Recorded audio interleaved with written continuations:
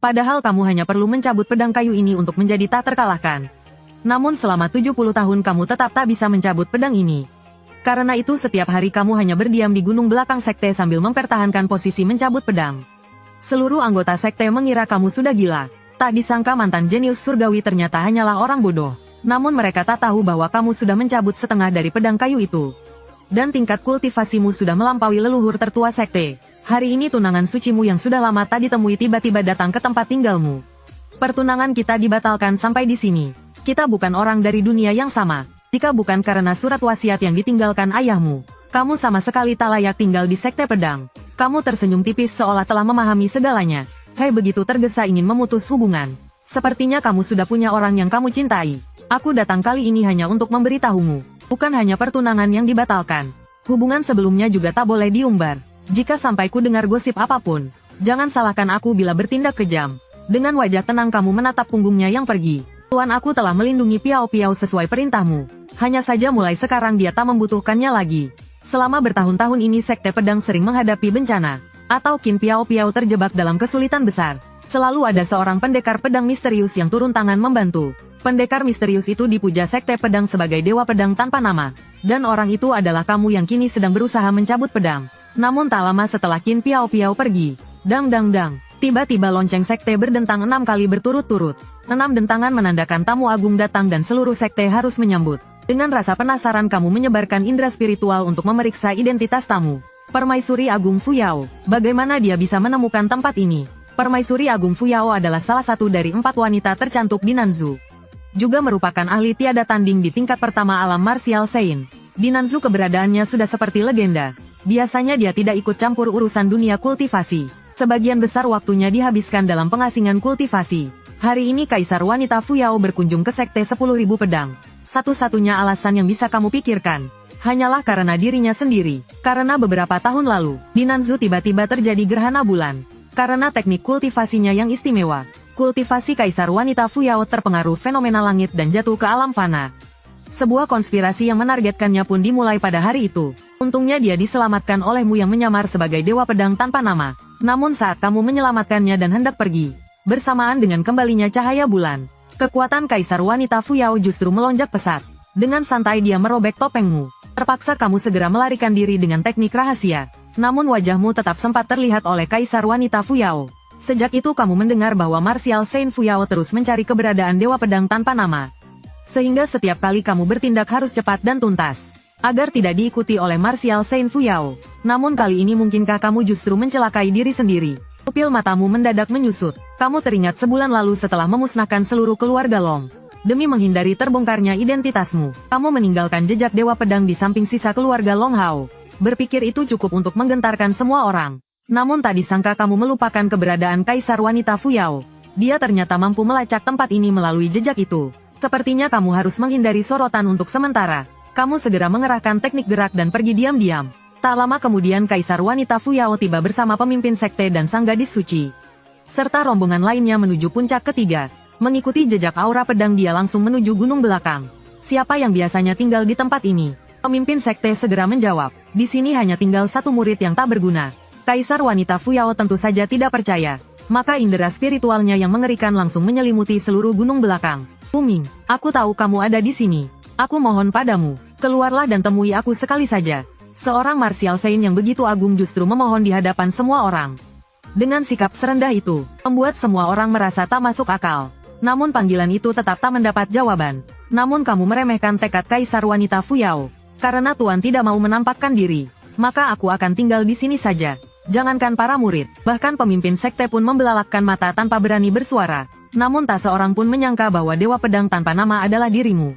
Mereka hanya menduga sang dewa pedang bersembunyi di tempat ini.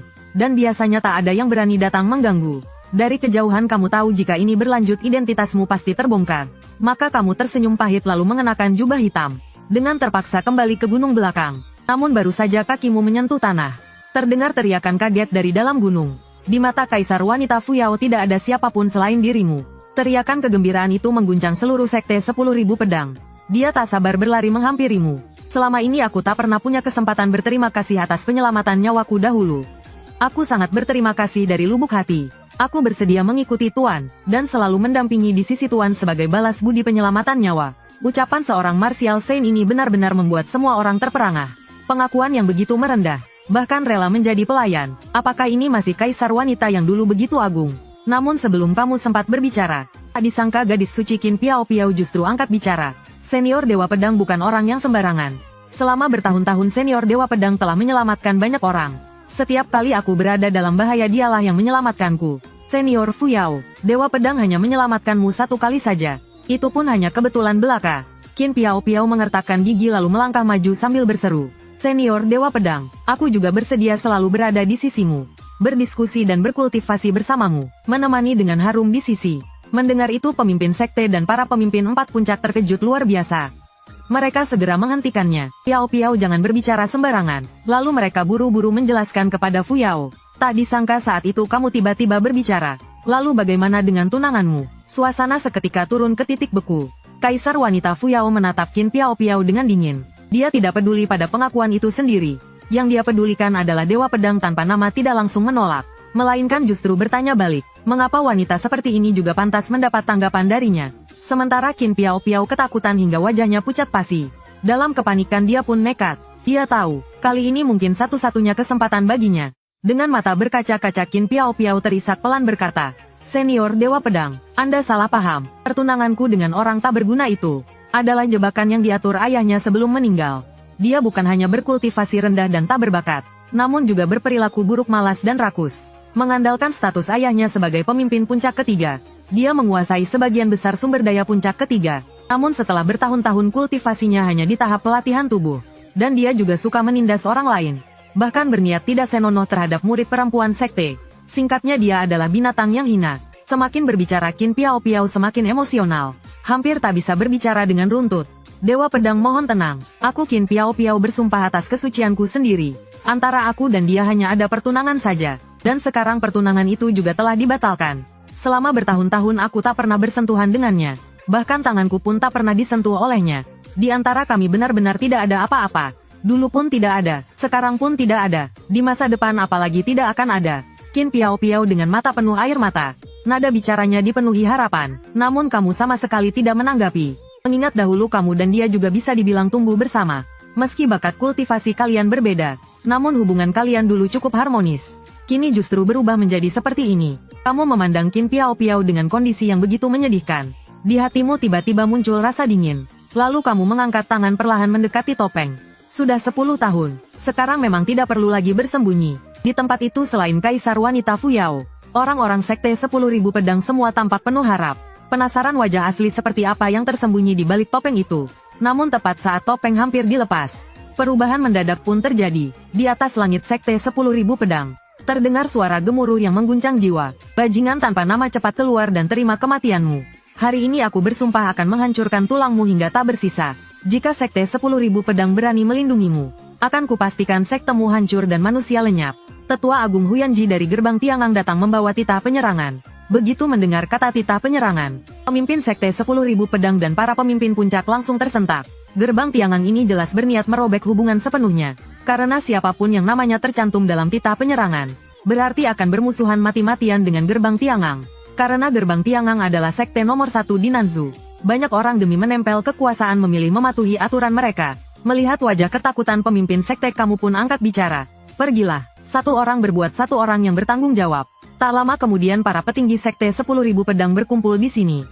Saat Huyanji membawa murid inti sekte mendarat di alun-alun, dia menyapu pandangan meremehkan ke arah semua orang. Dari mana sekte 10.000 pedang mendapat nyali sebesar ini? Berani melumpuhkan murid kesayanganku. Serahkan Wuming, maka aku masih bisa mengampuni seluruh sekte 10.000 pedang. Jelas tindakannya sama sekali tidak memandang sekte 10.000 pedang. Lagi pula jarak kekuatan antar sekte memang jauh berbeda. Pemimpin sekte 10.000 pedang merasa sangat cemas. Senior Huyan, muridmu itu menempuh jalan tak terkalahkan. Dan menantang semua ahli kuat. Jika kalah bukankah itu tidak ada hubungannya dengan kami? Plak. Dengan satu ayunan tangan Huyanji menamparkan wajah pemimpin sekte 5 kali hingga meninggalkan bekas merah.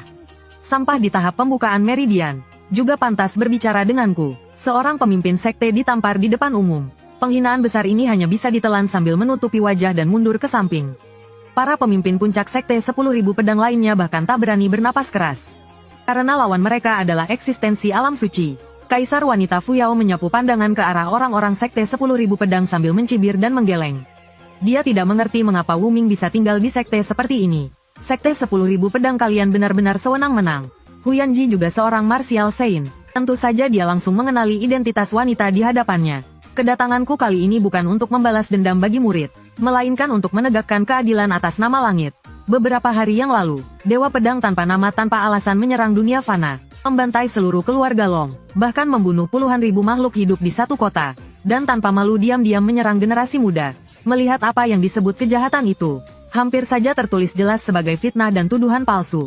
Keluarga Long memang keluarga yang terkenal keji. Mati pun pantas bagi mereka. Soal pembantaian banyak makhluk hidup, itu pun yang dibunuh adalah para kultivator iblis. Dan soal menyerang generasi muda mereka tak tahu bahwa kamu juga masih murid muda. Menyinggung seorang martial saint jelas bukan pilihan bijak. Meski kamu telah banyak membantu sekte, di hadapan untung dan rugi sang pemimpin sekte tetap merasa takut. Senior Huyan, segala perbuatan Wu Ming, sekte 10.000 Pedang sama sekali tidak terlibat. Begitu kata-kata itu keluar kamu justru tertawa lepas. Jika bukan karena kamu lahir di sini, dan menganggap tempat ini sebagai rumah, dengan segala penghinaan yang kamu terima selama bertahun-tahun ini, kamu sudah lama memusnahkan sekte ini. Dalam situasi buntu seperti sekarang, hanya Fuyao yang menyuruhmu segera pergi, dan dia yang akan menahan orang ini. Sekte 10.000 Pedang yang kau lindungi 10 tahun justru menghindarimu. Lalu lihatlah Qin Piao Piao yang kau lindungi diam-diam selama 20 tahun. Takut dan ragu, sebaliknya hanya seseorang yang baru sekali bertemu. Kaisar wanita Fuyao yang hanya sempat kau bantu sebentar, dengan tegas berdiri di hadapanmu. Perasaan getir dan dingin langsung menyelimuti seluruh tubuhmu.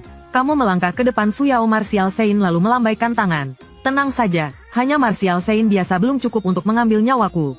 Begitu kata-kata itu jatuh kamu meledakkan tekanan yang mengerikan. Pada saat ini kamu seolah berubah menjadi sebilah pedang pusaka, yang mampu menebas segalanya. Niat jalan pedang, bagaimana ini mungkin? Kamu hanyalah kultivator tahap pembukaan meridian. Bagaimana mungkin bisa memahaminya? Ini adalah kehendak yang hanya bisa dipahami oleh mereka yang mencapai tingkat martial saint. Dalam sekejap Huyanji diam-diam mengambil keputusan. Anak ini berbakat iblis dan sama sekali tidak boleh dibiarkan hidup. Melihat Fuyao kaisar wanita di sampingmu yang juga mulai bergerak, Huyanji segera menggerakkan titah penaklukan dosa di tangannya. Titah penaklukan dosa berubah menjadi cahaya roh yang menembus langit dan membentuk berbagai tulisan. Inilah letak kengerian sejati dari titah penaklukan dosa. Seluruh sekte di Nanzu, baik leluhur tetua maupun murid dan pelayan, siapapun yang melihat titah itu wajib mematuhinya. Inilah kekuatan mengerikan dari sekte nomor 1. Semua orang sekte Pedang Langit menyaksikan adegan ini dengan hati terguncang hebat. Mereka sangat bersyukur atas keputusan tegas yang diambil sebelumnya. Tak lama kemudian dua aura kuat turun dari langit. Saat dua orang ini menampakkan diri, energi spiritual antara langit dan bumi langsung bergolak. Keduanya adalah ahli martial saint. Salah satunya adalah martial saint Xuan Yu dari Beizu yang legendaris. Martial saint tingkat 4, dan satu lagi adalah martial saint Jiuling dari Shizu. Celaka, sekte 10.000 Pedang benar-benar tamat. Dewa Pedang tanpa nama pasti mati. Sekte 10.000 Pedang juga akan terkena bencana besar. Berbagai suara panik bergema di seluruh sekte 10.000 Pedang. Alis kaisar wanita Fuyao mengernyit rapat. Kekuatan dua orang ini jelas berada di atas dirinya. Terlebih lagi di belakang mereka berdiri sekte besar masing-masing. Bahkan dia pun sesaat kehilangan kepercayaan diri. Sebaliknya setelah melihat para pendatang kamu justru menggelengkan kepala. Benar-benar dunia ini sempit. Dengan wajah puas Huyanji berbicara kepada dua martial saint itu. Kalian berdua pernah menerima budi besar dari gerbang Tiangang kami. Hari ini mohon para senior membantu gerbang Tiangang membunuh binatang ini. Setelah ini gerbang Tiangang pasti akan memberi balasan besar. Namun tepat saat kata-katanya berakhir, dua suara jernih menggema di antara langit dan bumi.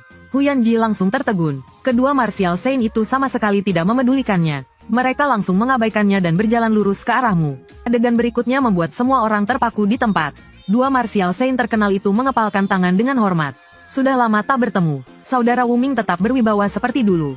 Dua martial saint menyebutmu saudara, namun bersikap layaknya junior. Bagaimana mungkin? Apa yang sebenarnya terjadi? Bahkan ketika kenyataan terpampang di depan mata, mereka tetap tidak mampu mempercayai apa yang mereka lihat. Ini benar-benar terlalu tidak masuk akal. Tidak perlu bersikap sesopan itu. Kamu memberi isyarat agar mereka berdua tidak perlu bersikap terlalu sungkan. Perpisahan di tebing pencerahan saat itu. Selama 2 tahun kami tak menemukan kabar tentang saudara. Katanya akan minum arak dan berdiskusi dao. Namun saudara malah ingkar janji. Pantas dihukum. Huyanji menutupi pipinya yang bengkak merah. Matanya melotot hampir keluar. Sambil menunjukmu dengan gemetar dia berkata, dua-dua orang senior, Apakah kalian salah orang? Orang ini adalah iblis dalam daftar buruan wajib gerbang Tiangang. Bahkan hanya murid buangan tak berguna dari sekte 10.000 pedang. Bagaimana mungkin dia adalah saudara kalian? Mendengar itu wajah marsial Saint Xuan Yu langsung menggelap. Dengan gerakan balik tangan satu tamparan kembali dilayangkan. Huyan Ji langsung terhempas puluhan zang. Tutup mulut anjingmu. Saudara Wuming dulu di tebing pencerahan membangunkan kami dari kebodohan. Membantu kami berdua menembus hambatan. Budi sebesar ini sama seperti orang tua kedua. Mana mungkin ditodai oleh sampah sepertimu. Martial Saint Jiuling pun mendengus dingin. Petir bergemuruh di sekujur tubuhnya. Tatapannya ke arah Huyan Ji seperti melihat orang mati. Kau bilang dia iblis. Menurutku justru gerbang Tiangangmu yang iblis. Hari ini siapapun yang berani menyentuh sehelai rambut saudara Wuming, berarti berperang dengan tanah suci Jiu Xiang. Seluruh tempat langsung sunyi senyap. Jarum jatuh pun terdengar. Kamu menatap semua ini dengan ekspresi tetap tenang. Lalu berbalik pandang melewati kerumunan. Akhirnya tatapanmu berhenti pada Qin Piao Piao yang wajahnya pucat seperti kertas. Qin Piao Piao, suaramu tidak keras, namun terdengar jelas di telinga semua orang. Tubuh Qin Piao Piao bergetar hebat. Tanpa sadar dia mundur setengah langkah. Tidak, kamu bukan dia. Kamu adalah dewa pedang tanpa nama. Kamu bukan sampah itu. Dia bergumam kacau tanpa arah. Kamu tersenyum kecil. Tawa itu mengandung 3 bagian sindiran 7 bagian kelegaan. Baru saja kamu berkata, antara aku dan sampah itu bagai langit dan lumpur. Kamu berkata, kamu tidak pernah membiarkan sampah itu menyentuhmu, namun rela menjadi pelayan bagi dewa pedang tanpa nama. Kamu berkata, aku adalah binatang yang menindas dengan kekuasaan. Sedangkan dewa pedang adalah pahlawan penolong penderitaan. Setiap mengucap satu kalimat kamu melangkah maju. Setiap langkah auramu meningkat 1 tingkat. Saat jarakmu dengan Qin Piao Piao kurang dari 3 Qi, kamu mengangkat tangan. Ujung jarimu menyentuh topeng hitam emas yang menutupi wajah. Detik berikutnya terdengar suara retakan tajam. Topeng yang melambangkan identitas dewa pedang tanpa nama, hancur di tanganmu dan beterbangan bersama angin. Pada saat itu waktu seolah membeku. Wajah itu, semua orang di sekte 10.000 pedang mengenalnya. Wajah yang mereka ejek selama 10 tahun. Yang dianggap sebagai aib sekte. Orang bodoh yang setiap hari melakukan hal sia-sia di gunung belakang. Ternyata sosok yang bahkan 2 mahaguru bela diri pun harus memanggilnya saudara.